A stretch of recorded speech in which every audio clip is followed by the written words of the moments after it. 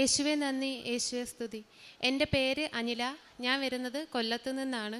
ആദ്യം തന്നെ കൃപാസനത്തിൽ അമ്മയ്ക്ക് 1000 നന്ദി ഞാൻ പറഞ്ഞുകൊള്ളുന്നു.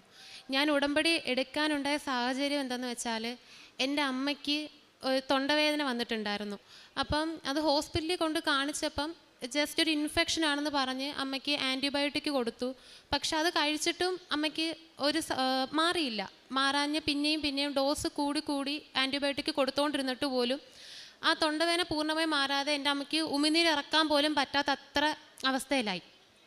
അന്നേരം ഹോസ്പിറ്റലിൽ നിന്ന് പറഞ്ഞു, ഒരു കാര്യം ചെയ്യാം, നമുക്ക് എൻഡോസ്കോപ്പി ചെയ്ത് നോക്കാമെന്ന് പറഞ്ഞു.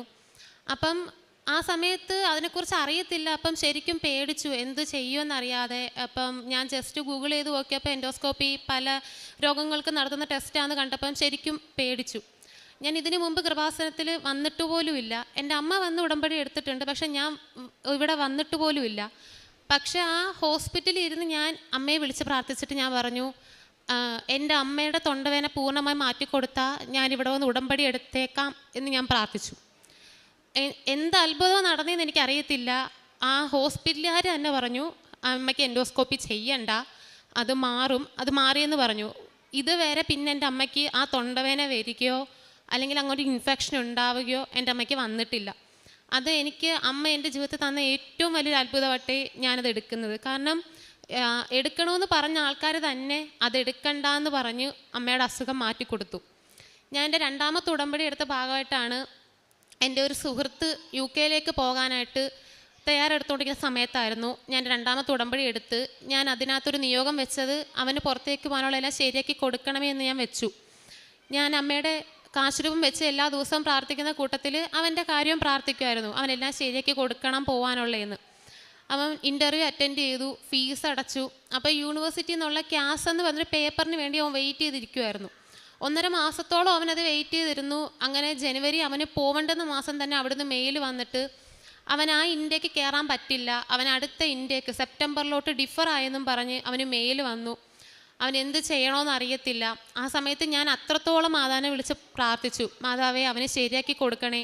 കാരണം കയ്യിൽ പൈസ ഇല്ല. ഉള്ള പൈസ എടുത്ത് ആദ്യത്തെ യൂണിവേഴ്സിറ്റിക്ക് ഫീസും അടച്ചു. അവൻ രണ്ടാമത് പോവാൻ പൈസ ഇല്ല, ഒന്നുമില്ല. ഞാൻ അത്രയും മാതാവിനെ കിടന്ന് കരഞ്ഞ് പ്രാർത്ഥിച്ചതിൻ്റെ ആണെന്ന് തോന്നുന്നു. അവൻ്റെ ഏജൻസിക്കാർ തന്നെ അവൻ അങ്ങോട്ട് പൈസ കൊടുത്ത് 5 ലക്ഷം രൂപ അവന് കൊടുത്തു. അവൻ അത് വെച്ച് അടുത്ത യൂണിവേഴ്സിറ്റിക്ക് അപ്ലൈ ചെയ്തു. അവനെല്ലാം പെട്ടെന്ന് തന്നെ കിട്ടി. ആ ജനുവരിയിൽ തന്നെ അവൻ കയറി പോവുകയും ചെയ്തു. ഇപ്പം എനിക്ക് അമ്മ എൻ്റെ ലൈഫിൽ എനിക്ക് ഏറ്റവും അനുഗ്രഹം തന്നേക്കുന്ന ഈ ഒരു നിമിഷമാണ്. കാരണം ഞാനിപ്പം ഈ വരുന്ന മാസം 22-ാം തീയതി ഞാൻ UK പോകാനായിട്ട് നിൽക്കുക. അതെനിക്ക് ഒരുക്കി തന്നത് അമ്മ തന്നെയാണ്. കാരണം ഞാൻ ആപ്ലിക്കേഷൻ വെച്ചത് ഓഗസ്റ്റ് മാസത്തിലായിരുന്നു. എൻ്റെ യൂണിവേഴ്സിറ്റി ഇൻ്റർവ്യൂ ഞാൻ 3 വട്ടം ഫെയിലായിപ്പോയി. ആദ്യത്തെ വട്ടം എടുത്തു, അന്ന് തന്നെ മെയിൽ വന്നു, റിജക്റ്റായി. രണ്ടാമത്തെ എടുത്തു, റിജക്റ്റായി. മൂന്നാമത് എടുത്തത് റിജക്റ്റായി. അപ്പം ഞാൻ കരുതി എനിക്ക് കിട്ടത്തില്ല, പോയി ഇനി എനിക്ക് കയറാൻ പറ്റത്തില്ല എന്ന് കരുതി ഞാൻ എൻ്റെ വീട്ടുകാർ പോലും കാണാതെ ഞാൻ അത്രയ്ക്ക് കരഞ്ഞ് പ്രാർത്ഥിച്ചിട്ടുണ്ട് അമ്മയടുത്ത്. ഇപ്പം ഉറങ്ങാൻ കിടക്കുമ്പോഴായാലും പ്രഭാത പ്രാർത്ഥന ചൊല്ലുന്ന സമയത്താണെങ്കിലും അല്ലെങ്കിൽ വെറുതെ ഇരിക്കുമ്പോൾ പോലും ഞാനിരുന്ന് കരയും, എന്തുകൊണ്ട് എനിക്കിത് ശരിയാക്കി തരുന്നില്ല എന്ന് കരുതി. പക്ഷേ എനിക്ക് യൂണിവേഴ്സിറ്റിയിൽ നിന്ന് ഒരു ചാൻസും കൂടെ എനിക്ക് തന്നു. എനിക്ക് അവർ സൂം മീറ്റിംഗ് വെച്ച് ഫേസ് ടു ഫേസ് ഇൻ്റർവ്യൂ വെച്ച് എനിക്ക് എടുത്തു തന്നു. അതെടുത്തിട്ടും എനിക്ക് അവർ പറഞ്ഞു 3 വർക്കിംഗ് ഡേയ്സിനുള്ളിൽ ഇതിൻ്റെ അപ്ഡേറ്റ് വരും എന്ന് പറഞ്ഞു. പക്ഷേ ഒരാഴ്ച കഴിഞ്ഞു, 2 ആഴ്ച കഴിഞ്ഞു, എനിക്ക് ഇതിൻ്റെ യാതൊരു അപ്ഡേറ്റും കിട്ടുന്നില്ല. ഞാൻ കരുതി ഇതും ഫെയിലായി, എനിക്കിനി പോകാൻ പറ്റില്ല എന്ന് ഉറപ്പിച്ചു. ആ ആഴ്ചയിലാണ് എൻ്റെ ചേട്ടൻ ഗൾഫിൽ നിന്ന് വന്ന് ഞാനും എൻ്റെ അമ്മയും ചേട്ടനും കൂടി ഇവിടെ വന്നു, പള്ളി വന്നു. ഞാൻ ഈ അൽത്താരയിരുന്ന് അമ്മയോട് കരഞ്ഞ് പ്രാർത്ഥിച്ച്, ഇതെങ്കിലും എനിക്ക് തരണം, എനിക്ക് കയറി പോകണം. അമ്മയടുത്ത് വന്നതിൻ്റെ ആ ശനിയാഴ്ചയാണ് ഞാൻ ഇൻ്റർവ്യൂ ക്ലിയർ ആയെന്നും പറഞ്ഞ് എനിക്ക് മെയിൽ യൂണിവേഴ്സിറ്റിയിൽ നിന്ന് വന്നത്.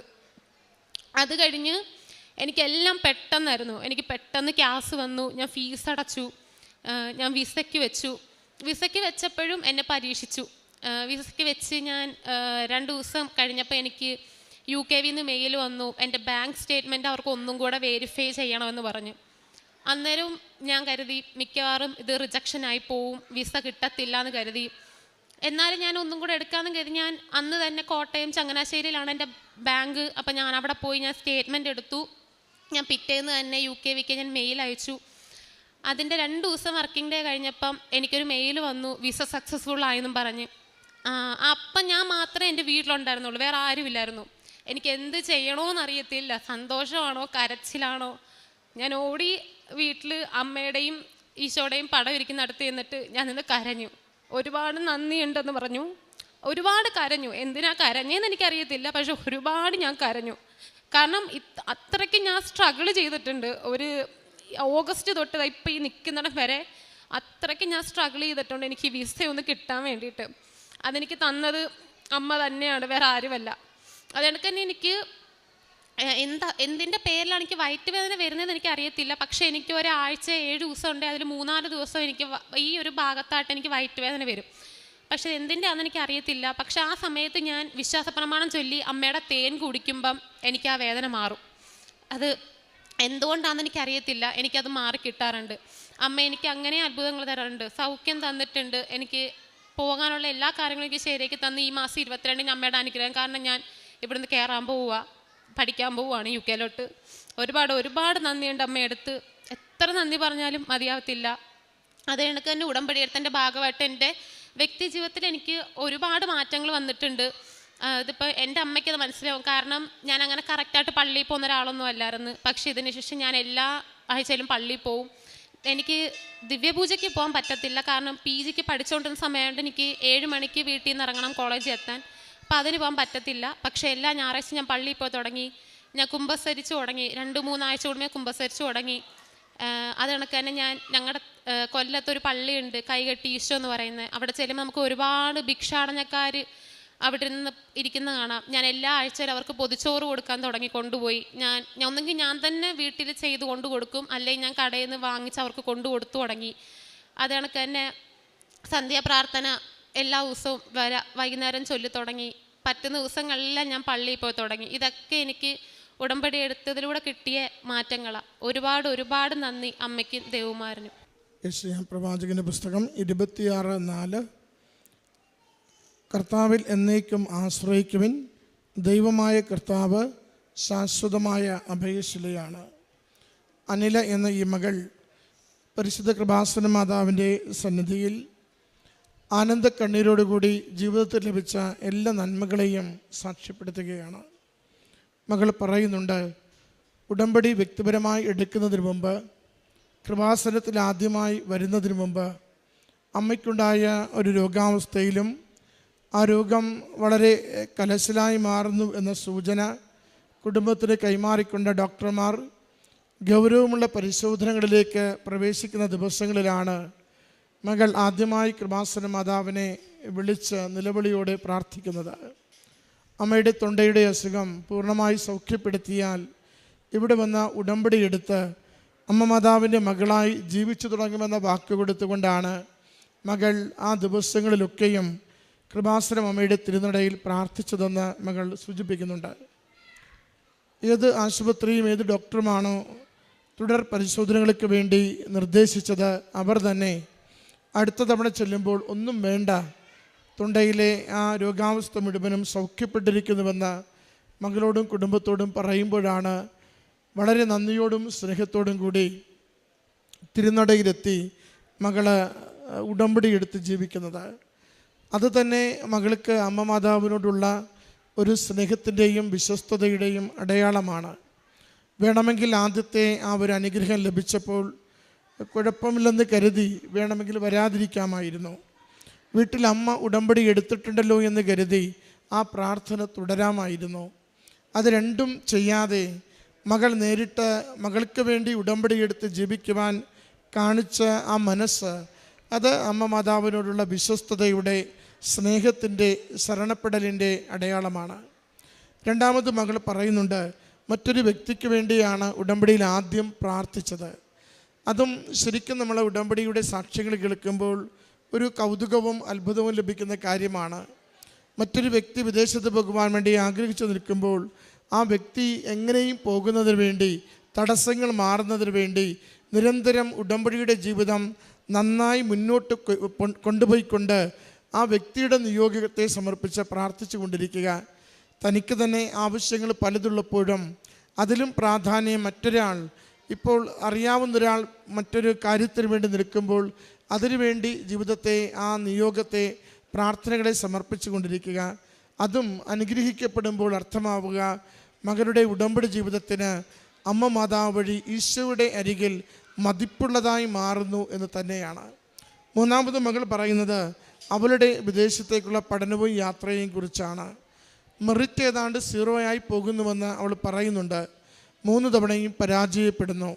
എങ്കിലും അമ്മ മാതാവ് കൈവിടുന്നില്ല എന്നതിൻ്റെ അടയാളങ്ങളാണ് ഉടൻ തന്നെ പ്രത്യേക സൂം ഇൻ്റർവ്യൂവിലൂടെ അവൾക്കവിടെ പഠനത്തിന് ഈ വർഷം തന്നെ ചേരുവാനുള്ള വഴികൾ തുറക്കുന്നത്.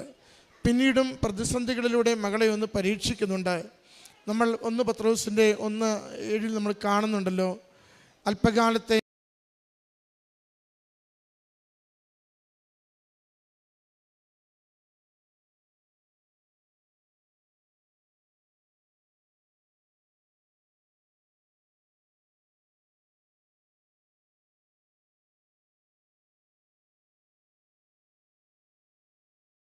വർക്കും തനിക്ക് പിന്നാലെ കൊടുത്തവർക്കും വിസ വരുമ്പോൾ തനിക്ക് മാത്രം എന്തുകൊണ്ട് ഇത് വരുന്നില്ല എന്ന ആശങ്കപ്പെട്ട നിമിഷങ്ങളിൽ ഇവിടെ അമ്മയുടെ തിരുനടയിലെത്തി കണ്ണീരോടുകൂടി മാതാവിനോട് പ്രാർത്ഥിക്കുന്നു. വളരെ വേഗത്തിൽ തന്നെ വിസയുടെ തടസ്സങ്ങൾ മാറി മകളുടെ കരങ്ങളിൽ അതെത്തുകയും വിദേശ യാത്രയ്ക്ക് മകൾക്ക് സാധ്യമാവുകയും ചെയ്യുന്നു. പ്രിയമുള്ളവരെ, ഇതൊരു ഉടമ്പടിയുടെ സ്നേഹത്തോടു കൂടി ശരണപ്പെടുന്നവരുടെ സാക്ഷ്യമാണ്. അവിടെ എന്നും അമ്മ മാതാവിനോട് മക്കൾക്കെടുത്ത സ്വാതന്ത്ര്യത്തോടെ ഓരോന്നും പറയുക, ചോദിക്കുക, സങ്കടം വരുമ്പോൾ നിലവിളിക്കുക, സന്തോഷം വരുമ്പോൾ തുള്ളിച്ചാടുക. മകൾ പറയുന്നുണ്ട്, വിസ കിട്ടിയെന്നറിഞ്ഞ ദിവസം ഞാൻ ഒത്തിരി നിലവിളിച്ചുവെന്ന്. അത് സങ്കടത്തിൻ്റെതല്ല, അത് ഹൃദയത്തിൽ ആനന്ദം അതിയായി വരുമ്പോൾ അറിയാതെ ഹൃദയം നിറഞ്ഞ് കണ്ണീര് വരുന്നതാണ്. അത് മാതാവ് നൽകി എന്നതിൻ്റെ സന്തോഷമാണ്. മാതാവിൻ്റെ പ്രാർത്ഥന കേട്ടു എന്നതിൻ്റെ സന്തോഷമാണ്. മാതാവിൽ ആശ്രയിച്ചാൽ അതൊരിക്കലും പാഴാവില്ല എന്നതിൻ്റെ സന്തോഷമാണ്. ഈ സന്തോഷമാണ് ഈ അൾത്താരയിൽ ഈ മകൾ ഇന്ന് സാക്ഷ്യപ്പെടുത്തുക. മകൾക്ക് ലഭിച്ച ഈ എല്ലാ അനുഗ്രഹങ്ങളെയും നമുക്ക് നന്ദിപൂർവം അമ്മ മാതാവിനും തിരുക്കുമാരനും സമർപ്പിച്ച് കരങ്ങളടിച്ച് ഈ സാക്ഷ്യം സമർപ്പിക്കാം. അത്യപൂർവ ദൈവാനുഭവങ്ങൾ ഇനി നിങ്ങൾക്കും സ്വന്തം. ഈ യൂട്യൂബ് ചാനൽ ഇതുവരെ സബ്സ്ക്രൈബ് ചെയ്തിട്ടില്ലെങ്കിൽ ഇപ്പോൾ തന്നെ സബ്സ്ക്രൈബ് ചെയ്യുക. ഈ വീഡിയോ ഇപ്പോൾ തന്നെ നിങ്ങളുടെ സുഹൃത്തുക്കൾക്ക് ഷെയർ ചെയ്തുകൊണ്ട് കർത്താവിൻ്റെ പ്രേക്ഷിതരാകുക.